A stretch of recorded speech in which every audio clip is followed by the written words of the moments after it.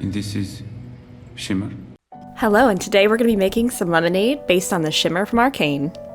Here's a list of ingredients you'll need. If you have trouble finding any of these, like the tea or the luster dust, check the description below and products I recommend. First thing we're going to do is boil some water to brew our butterfly pea flower tea.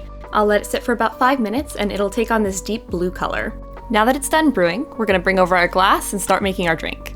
I'm going to measure out about half a cup of our butterfly pea flower tea, and we're going to add it into our glass.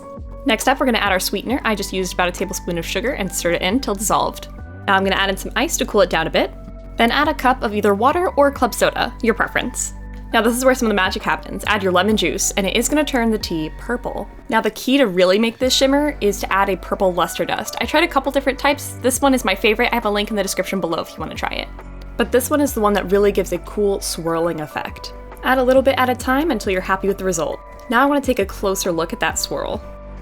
It looks like I got it straight from Singed.